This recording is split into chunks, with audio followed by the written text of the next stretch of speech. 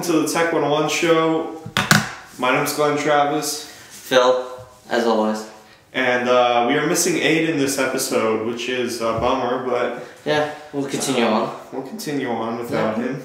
So, Phil, what have you been up to? Well... What's new? Recently, my phone plan is ending soon, nearly ending my 24-month contract.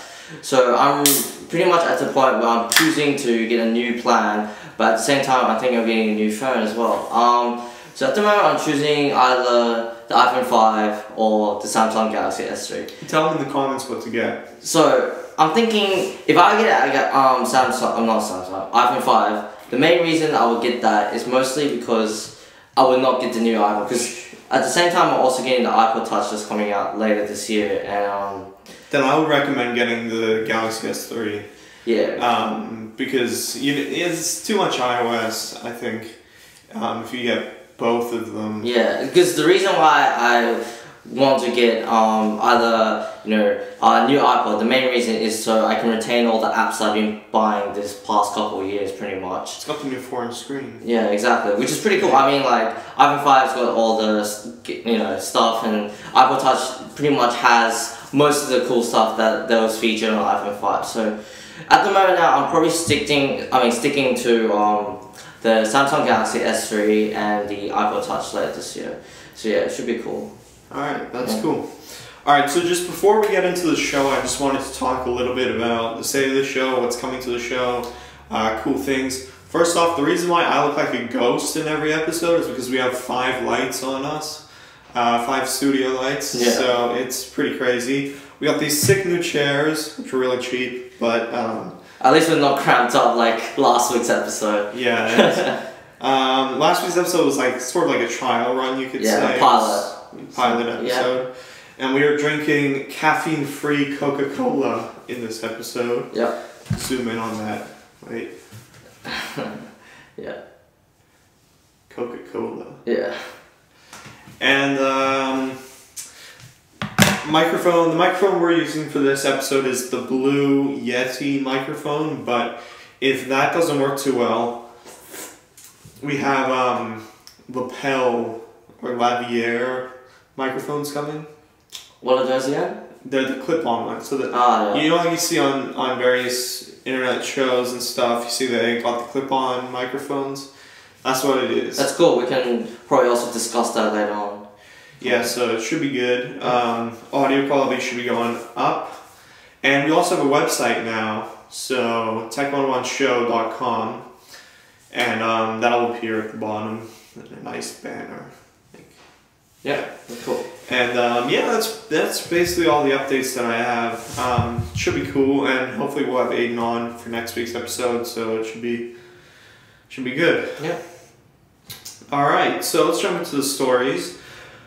First one, Microsoft airs first Windows 8 ad teasing October 26th launch, and it comes with a video, which is the ad. So I'm just going to play Phil the ad. Yeah, it's cool. 10, 9, 8, 8, 8, 8.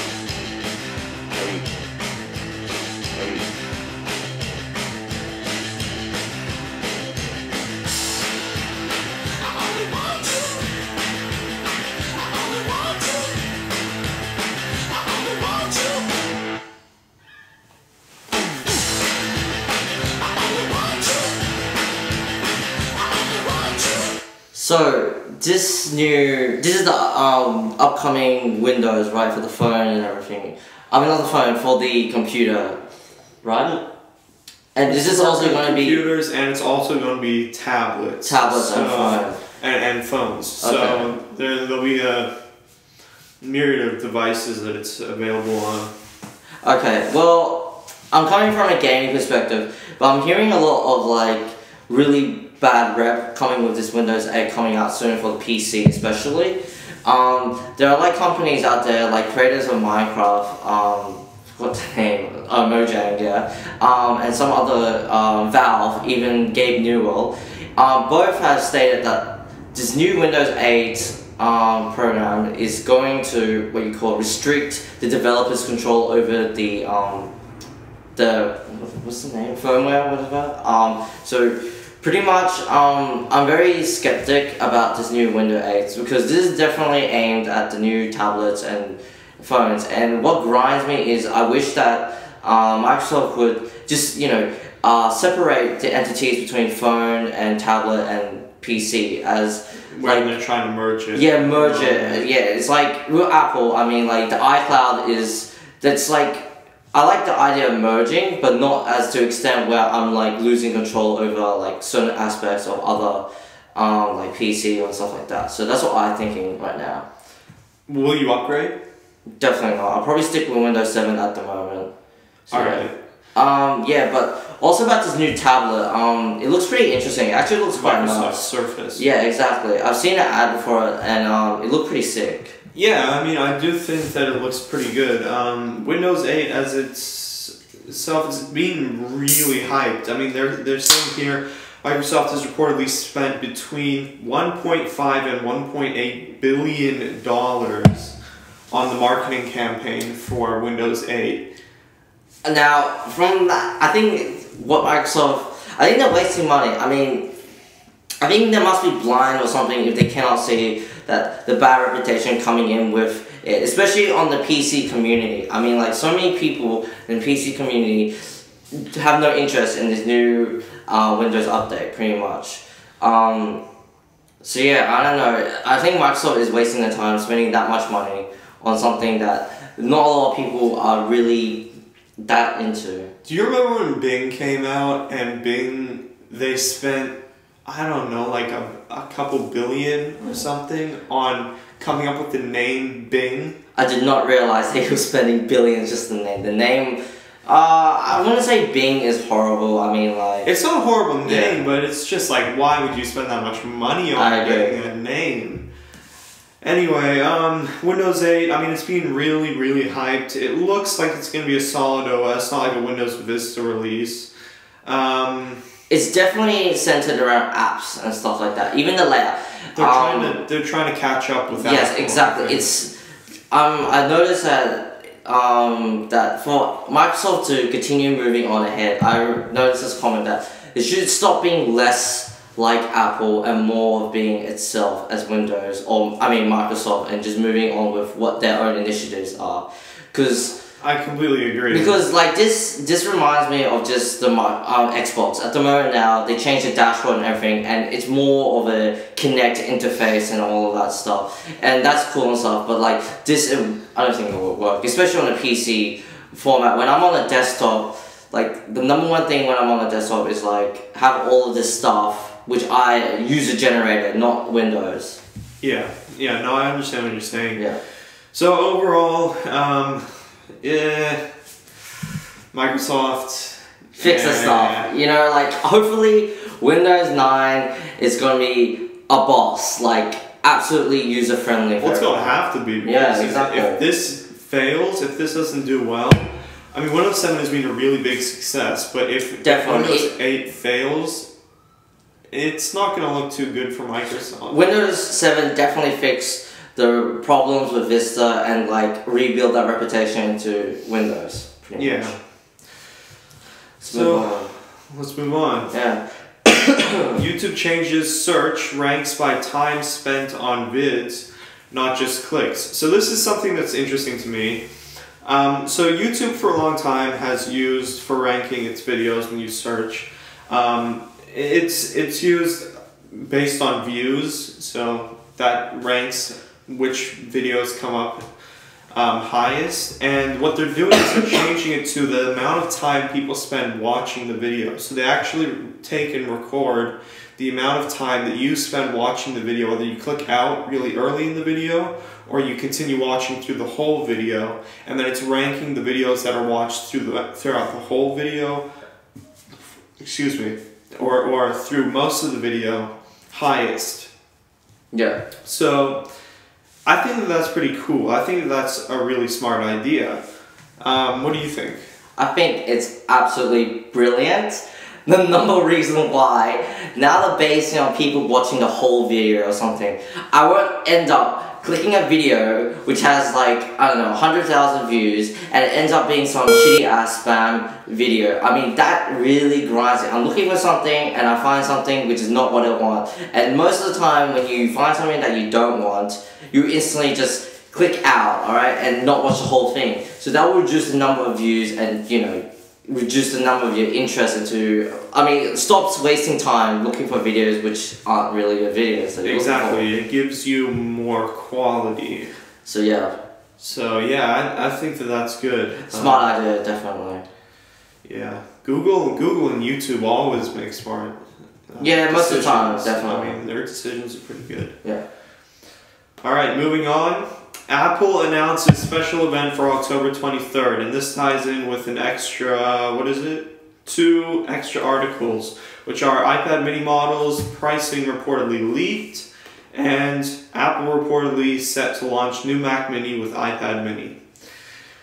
So we talked about the iPad mini last week, and we basically said we don't need it. We don't need it. Yeah. It's kind of pointless, but it seems like the rumors have been getting stronger and stronger over the past few months, and it's gone to the point now where they're holding this event. It was rumored for a long time they were going to be holding an event at the end of October, and now Apple has actually officially come out to the press and said, we're going to be holding an event on October 23rd, and they've sent out invitations for it. And the tagline is, we've got a little bit more to show you. Or a little more to show you, sorry. So it looks pretty official now that there's going to be an iPad mini.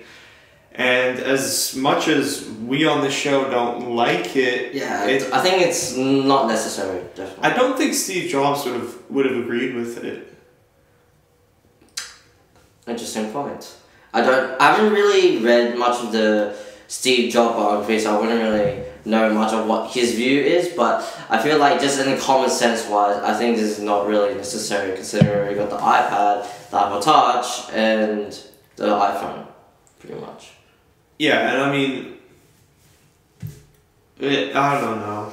I mean, if they did something cool, like with like an e-ink screen or something, which is what they use on the Kindles and stuff. So if they did something like that where you can read books nicely on it, so it's sort of like a little bit more portable than an iPad, it would make sense. But I mean, I don't know exactly. I mean, I've heard that they're going to be focusing on books in this release. I don't really like the move from going to ebooks recently. These new trends.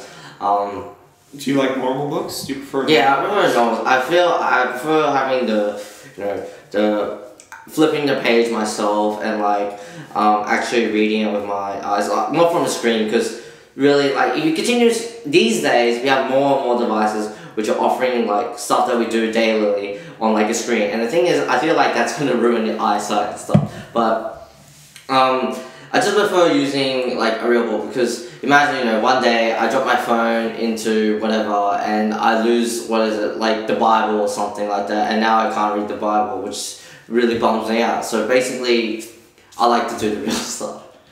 Yeah. Fair enough, that's a very good point. I mean, I've yet to read and finish a book on my iPad. Yeah.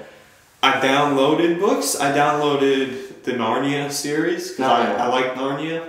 I don't know. It's just, I like that series, and I downloaded it, but I have yet to start reading it. Mainly because I have to finish another book first, which I'm sort of in the middle of. But yeah, I'll give a review on my opinions on reading books on a tablet once I've actually read a book on a tablet, because I can't really give a review now. But I think that it's... Yeah, in our household we've got a Kindle. So do you? Yeah, we do actually, but I don't read. I've read one book on it, but I sort of like gave up, and my brother usually reads the most from that, so yeah. Okay. Alright, moving on. Felix Baumgartner successfully jumps from the edge of space. with video. So you've seen the video, haven't you? Yes, this is the one where it's been the man jumps out from this little small space shuttle out of the edge of space from Red Bull. You can check on the Red Bull page, and yeah, it's actually pretty cool. It was quite long, so I skipped a little bit forward, but it was really. I mean, the guy must have like massive balls and stuff jumping from there. I'll be freaking out because imagine imagine the speed he's exactly. It's like imagine the speed he's coming down from the atmosphere. He broke the speed of sound. Yeah, exactly. So it's a new record. What happened was Felix Baumgartner got in a capsule attached to a giant helium balloon, which lifted him up to 280,000 feet high, which is 24 miles high, and then jumped out. And he managed to do it, but there was a lot leading up to this. So there was a lot of practice tests that went on, and a lot of fear originally, because they were talking about how his blood might boil or whatever from jumping from such a high altitude. And they were talking about how, he could lose consciousness, all of these different things, which aren't good for him. But what they did was they gave him this special spacesuit, so he's wearing like a NASA customized spacesuit, pretty much. Yeah, and it has an oxygen supply. It has It gave the people on the ground, the mission control or whatever they call themselves, the option to, if he blacks out, deploy the parachute for him, so they can remotely do that. Yeah.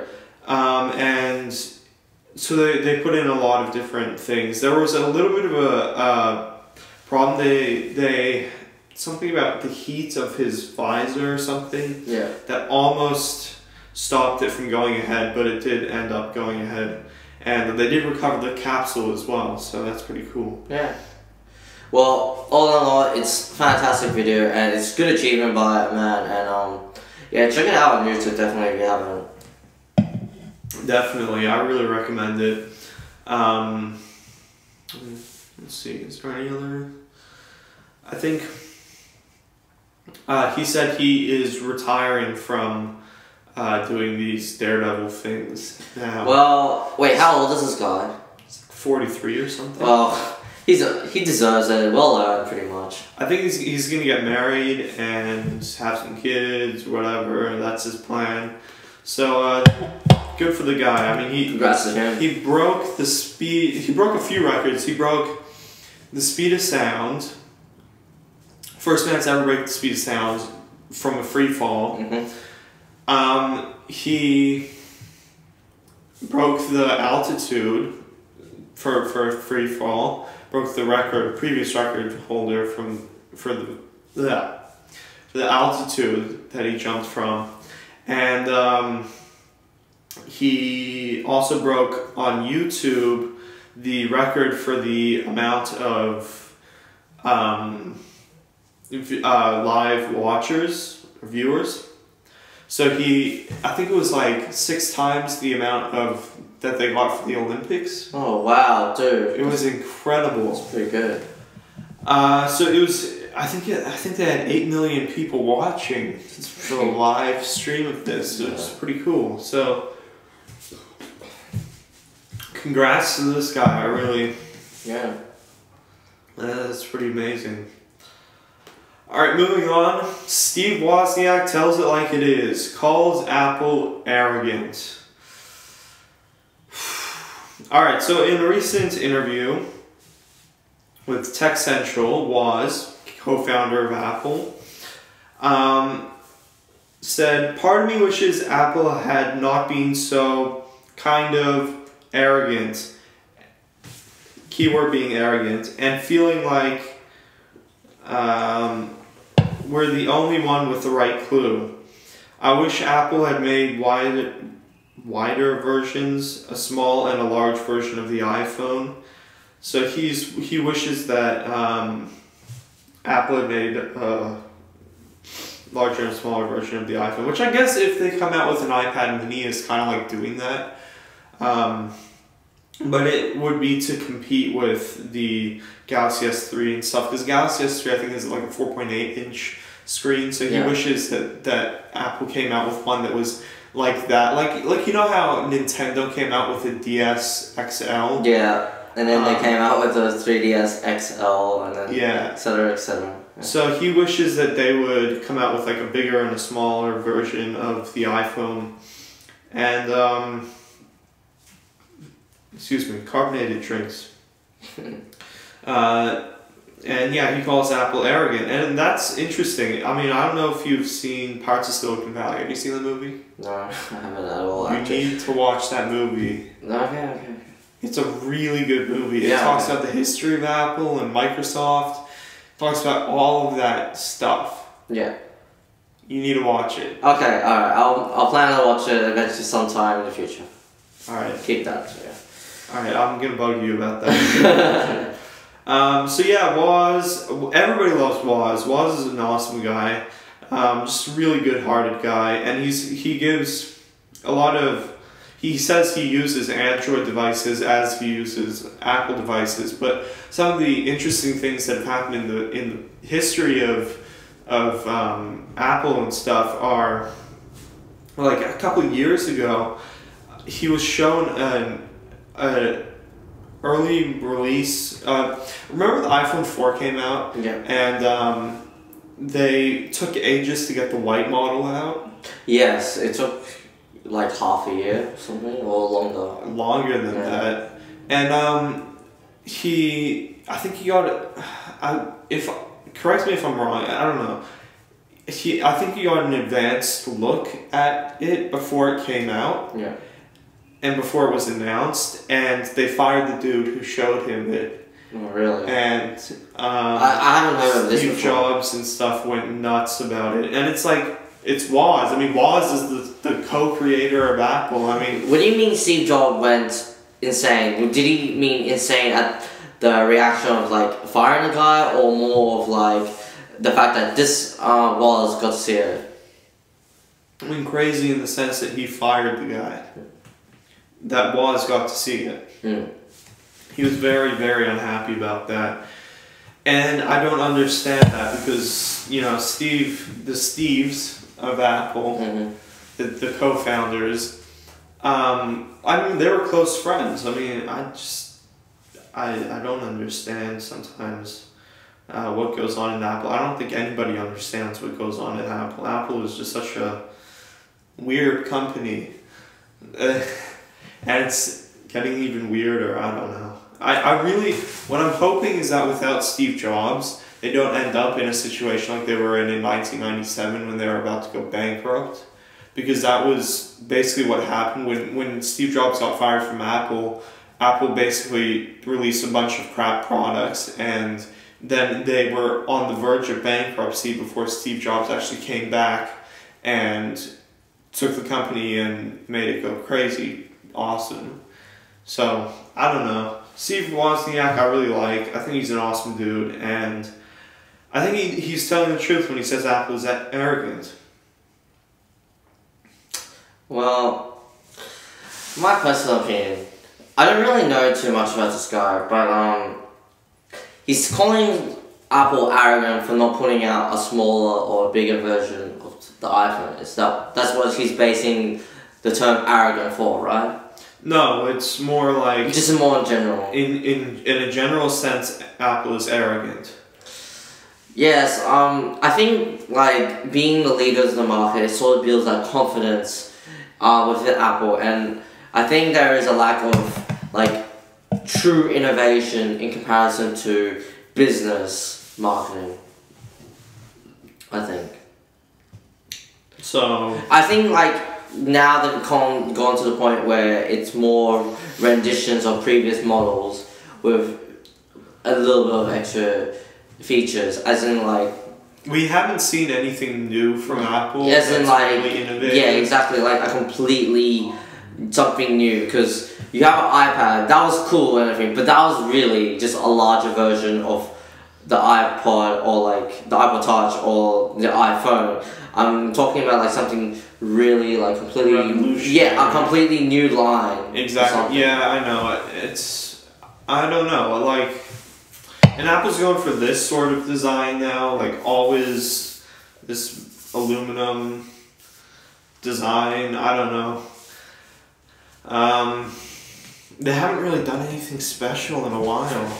There are rumors. I think a lot of rumors about Apple coming into the gaming era, like coming into with a new console or something like that. There have been rumors about that, but they're not strong. Yeah, they're not really strong. They're just kind of whispers. There is though rumors of Valve, which is one of the biggest gaming companies and most loved for PC, coming out with their own console product, which could be extremely a big hit and could shake pretty much the competition between Sony, Microsoft, and Nintendo. It is something going on around. It's still a bit of like. Did you see the Ouya? Pardon? Have you seen the Ouya? No, I haven't. Alright, watch this video. Yeah, sure. So it's a Kickstarter, which is, they got $8 million worth pledged to create this. If it'll load. Yeah.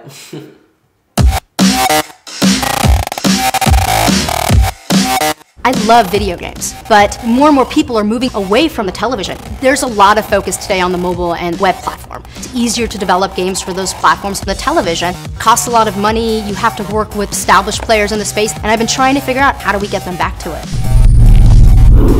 Ouya is a new game console for the television that's built on Android, open source technology. It's an inexpensive game console for gamers. All the games are free to try. Anybody that wants to develop a game for a television, we allow them the ability to do this. I've been a part of the game industry for a really long time. In the early days of gaming, you could take your Apple IIe, write your own programming, and take your game to market. The console business as it is today is completely closed to the independent developer. The process overhead for console development is really just too much for us. There's a lot of hurdles for developers to get games onto the television. Developing is extremely expensive. I love the television and I want those games on the television.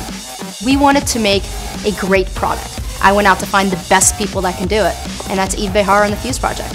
Over the years, we've worked on a lot of projects that take a certain technology and make it available to many. I mean, the $100 laptop is one, and the Jambox, for example. We like to use all the different parts of design, fuse them together, whether it's industrial design or user experience. The most important part of this to us is the controller.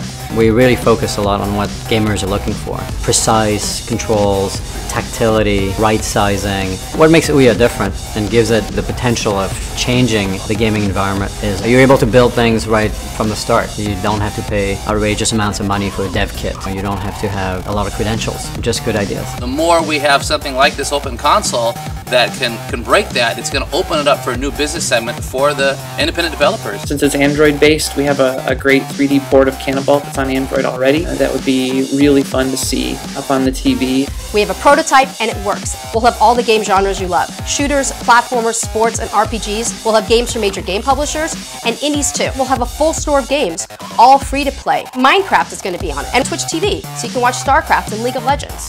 This is the perfect hybrid to have something that's inexpensive, it's open, and it comes with a fantastic controller. It's open for hackers that want to tweak the box and make it their own. This is a big undertaking. Effectively, we're trying to disrupt an established industry. It takes a lot of guts and courage. Well, I wasn't a female, I'd say big balls. We've raised money from friends and family, but it takes more. Kickstarter is a phenomenal place where early ideas can get supported by those people that are going to want to use it. And this product will not happen without their support. And when we raise this money, it means that we have arrived, that there is a need for an open game console, and that there is support from gamers and developers alike. And you're the signal to the world that this is wanted. There's support from gamers and developers alike. You're the signal to the world that this is wanted. Interesting. So it's an Android-based gaming console. I think this is cool. I think it may not work. I don't think it's gonna work, but I think it's cool. I think it's alright idea. Now, the reason I say that is because I'm thinking of a previous console that also recently came out during this generation. If you ever heard of it, it's called OnLive. Now that was also trying to, create a new console for the market that they could enjoy. It was trying to link between the PC and like the console genres. You can't kick the mainstream. Exactly, you you can't. Like Microsoft and Sony and Nintendo own the gaming industry. You can't kick them. You can't become another console these days because they'll either buy you out or they'll just destroy you and exactly. patent wars Now, or whatever. the thing is, this is alright. This is a console. This console is aiming on apps. That's what it is. The games they'll be having is apps, pretty much. Yes. The thing is, I would not want to play those apps on a big screen. Now the reason why is the production scale usually of these apps is mostly aimed at like these tablets and these iPods and whatever, like your small handheld devices. Now the graphics are not up to par as to what you're playing as on a console. As in the hardcore gaming area where you have already graphics built up with the PS3, Xbox and all of this. The hardcore game, it is very close. It is quite unfair market. But the thing is, when you're trying to make a new console, you need to really have all these established developers working with you, creating these, launch exclusives.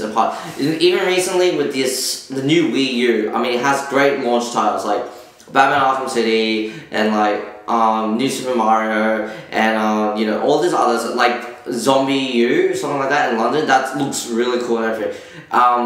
So like this is a cool idea, but I don't think it works practically only because it's using apps as a game, and apps are more of like something I'm just gonna take out, start playing quickly, and then just chuck away because I got something else to do, but I'll come back on because I have time to kill. It's not something I'm going to sit on the couch, spend 5 hours playing, and yeah, that's what I'm saying. I think it's just not practically working for me. Alright, but it does have Minecraft and stuff on it. Minecraft PC already done. Minecraft on Xbox done. It's true. That's true. Alright, moving on. Now these are going to be some fun stories. This one comes from BuzzFeed, and it is the 26 best Amazon reviews of all time. Now I don't know if you've seen some of these cool Amazon reviews. There's been this, it's almost like a new hit for just creative Amazon reviews. A bit like Urban Dictionary, I assume. Yeah, a bit, but not really. But like, okay, so I'll give you an example. Alright, so there's this unicorn mask, the magical unicorn mask. It says, so I bought this unicorn mask and I thought it would be fun to wear at a Burning Man festival. Well, I was right, and so very, very wrong. It started when I ate 23 mushroom caps and started dancing to a Def Leppard and Skrillex mashup. I met a cute girl who said that she absolutely loved my mask. We started dancing and she started licking my horn. Totally rad, right? Well, it turns out that the LSD in her saliva caused a massive unicorn population spawning epidemic in the desert. After running 38 miles into the next day, I have to say the mask doesn't hold up very well to long distance running in the desert. I'm slightly disappointed in the quality as it completely melted off my face. Seriously, I don't have a face anymore. It dripped down my neck like nacho cheese. Not for kids. Okay, nice. As a unicorn myself, I am quite satisfied with the authenticity of this particular item. I believe that for far too long, other species have had rather undisciplined view of how we truly are. This mask gives such individuals the chance to walk a mile in our shoes. And it basically goes on. Alright, so uranium ore. I purchased this product 4.47 billion years ago. When I opened it today, it was half empty. Okay. Fresh whole rabbit. What's that? There's a fresh whole rabbit. Oh god, that's gross. Amazon. I ordered one of these fresh whole rabbits, but when it arrived, its head, fur, and insides were missing. Not exactly whole, I'd say. Maybe it was just damaged during shipping, but I won't be buying another one. I mean, without the long ears, how do I even know if it was a rabbit? It's the same shape as a cat. Not that I've seen a cat with its head, fur, and insides missing. I mean, not like really close or anything. I don't know, this is funny, just random things. Anyway, moving on. Alright, this next story is quite an interesting one. It's titled A New Great Depression and Ladies on the Moon. 1970s middle school kids look to the year 2000. So this is what kids in 1977, I think, thought the world was going to be like in 2000. And there's like, I'll give you an example, alright? Robot maids, robot teachers. In the year 2000, we will have all-round buildings. We will have a robot teacher, a robot maid, and all workers will be robots too. We will have a pocket computer that has everything you can name. We will even be able to push a button to get anything you want. Why did kids think like this in the past? Like, you see those pictures? It's because of all those movies, like movies of like year 2000 something. Jetsons. Yeah, exactly. Stuff like that. Stuff that the media, movies showed back then. It'd be like envisioning us with like robots, servants, slaves, etc., etc. I think the guy spot on about the pocket computer that can search up for anything. Think about it, our phones can search up anything now. It's true. Alright, so a couple more that I'll read you. Let's see. Electric cars and ladies on the moon. The year 2000 might have everybody walking instead of riding in their cars because there might be a gas shortage by then and the cars give out a lot of pollution. Or there might even be electric cars instead of gas cars, which is true. Yeah, there are electric cars. Some cool ones like the Tesla S, I think. Yeah. It's an awesome car. The year 2000 may send ladies to the moon to explore and look and see if there are people living on the moon. That was funny. And when you work, you will push buttons and robots will come out and do the work for you. And there will be lower prices and taxes, I hope. Which isn't exactly true. That's more like the opposite of what's happening recently. Yeah. But listen, this is a 10-year-old kid. Yeah, wouldn't really know about all of these kids are like 10. Alright, women astronauts. Okay, well I guess that's probably, this is like during the feminist era, so it was like living on Mars. I think it is going to be an all new world. People are going to be able to live on the moon and Mars. Man is going to have computers to do the work for him. It's going to be a computer-run world, which in a way is a computer-run world. Yeah, it is really. His computer has become part of like everyday life now, and yeah, but Mars, not really. One girl, should I say, who was 12, wrote that, I think that by the year 2000 we will be in a Great Depression. People are saying that we are running out of fuel. People will be using machines to do everything, and machines run on fuel. So if we run out of fuel, we won't be able to run machines and get people out of and people will be out of jobs. So we can save fuel. Everybody should try to be. Sorry, I'm having trouble reading this. Should try to save by their heat. By turning their heat to 68 degrees Fahrenheit. Okay. Is that cold? Just in case. That's like, yeah, that's cool. Okay. Well, what I think about that is, yes, she is sort of on borderline correct. The fact is, we're running on it's energy craze right now. We're thinking more about energy efficiency and really, we are relying more and more on machines these days, and I think that one day if we run out of that, precious coal, we're gonna be really screwed. Hopefully we develop something better. That's true. Yeah. True that. True that. I don't know how I said that. Yeah, I don't know. And the final story is Gangnam Style. 3 reasons why K-pop is taking over the world. Okay. I thought this was a fun story, so I thought I would put it in here.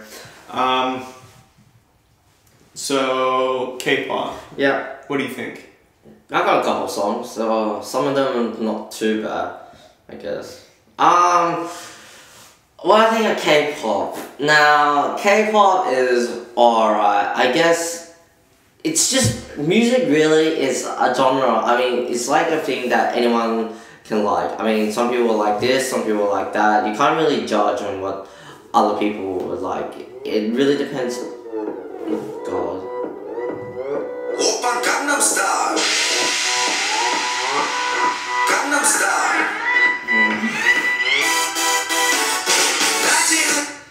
I was actually curious as to what that meant, and apparently Gangnam is a It's a suburb, pretty much. suburb, and where they Korea. like to party, and so that's what I read. I read that that's what the song's about. Yeah, anyway, about K-pop, it's all good and fun if you like it. If you don't like it, avoid it. And this song, it's getting boring, to be honest, right now. I have a feeling it's gonna be... It doesn't give you a reason for everyone to get into the whole K-pop genre, because there's a lot of songs. Yeah, there's a lot of people who like this song, but I think it will eventually become a fad. Just like the LMFAO song last year, I reckon. That was pretty big. Party rock. Yeah, party rock. Yeah, that's true. Well, you know, he signed on with Justin Bieber's management. What do you mean? Like, so he's now under... Psy is now under management by Justin Bieber's management crew. Okay. That's really weird, to be honest. I didn't think it'd be... Oh, okay. Interesting. So, yeah, I think he's gonna be doing like world tour. Just so he can perform one song and shows. God. That's so sick. I mean, not sick, isn't good. That's... Okay. Alright, you want to hear the 3 reasons why K-pop is taking over? Alright, go ahead. Alright. Number 1, Korea decided to produce pop music like it produces cars, industrialize and focus on exports. South Korea is a relatively small country. Any industry that wants to get really big has to look outside. So musical moguls in the country created hit factories, turning young singers into pop stars and sending them on tour around Asia. That's number 1. That actually sounds familiar. I knew that beforehand, actually. Number 2, Korean record labels transformed the way music was released. From the beginning, new songs debuted on national television, not on the radio, like it was done traditionally over here. That means that the moment Koreans started listening to Korean pop music, they were listening through their screens. They were watching their music, basically. Yeah, I think K-pop really has a visual appeal to it. I mean, not only does K-pop sound good for people, but also the singers and people who perform look actually good. That's like when when you're talking about how they were trained up as young kids to become like these pop stars. They're not also just trained in terms of voice, but also they pick out the people who look the best and will grow up to look the best.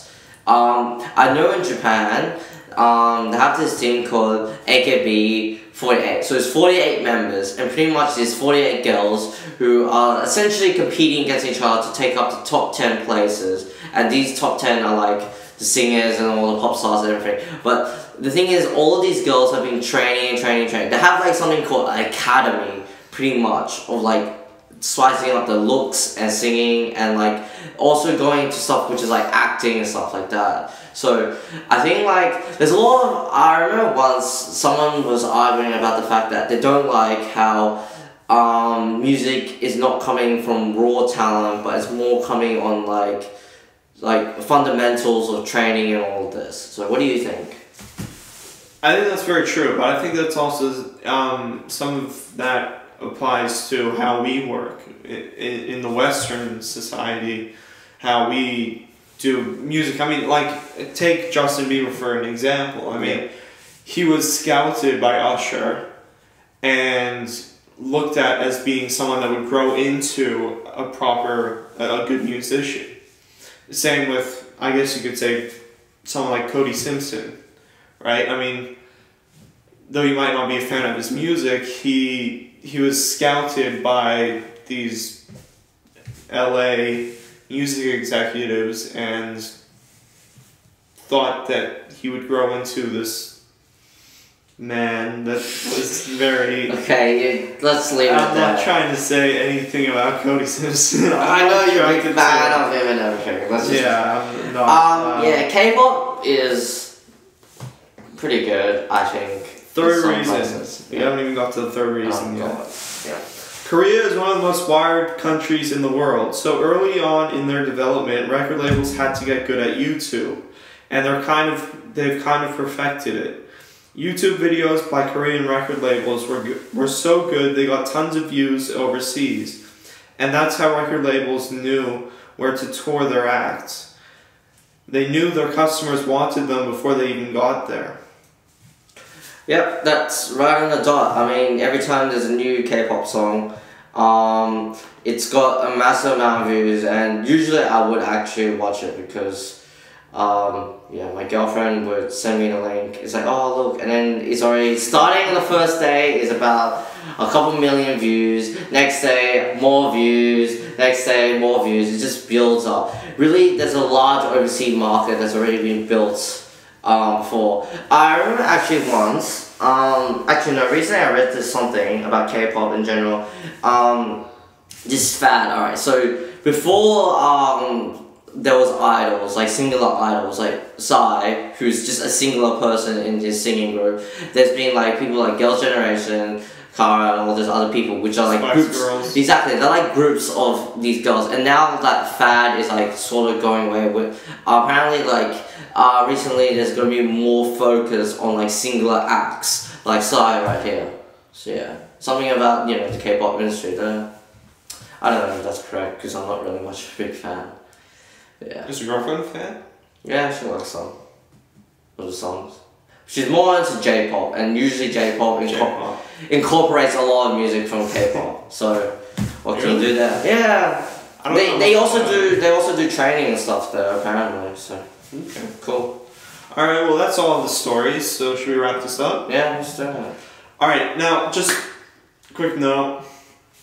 You can send us a message at any time by either sending it to contact@tech11show.com or going to tech11.com and clicking the contact button at the top, and then you can enter in your message and type it up and send it in, and we will read it on the show. So thank you for watching this episode. We will see you next week. Yep, see you next week. Same time. It's always going to be on Fridays now, so Fridays is the release date. Yeah. US Fridays. So, yeah, thanks for watching, and we will see you in the next episode. Bye-bye.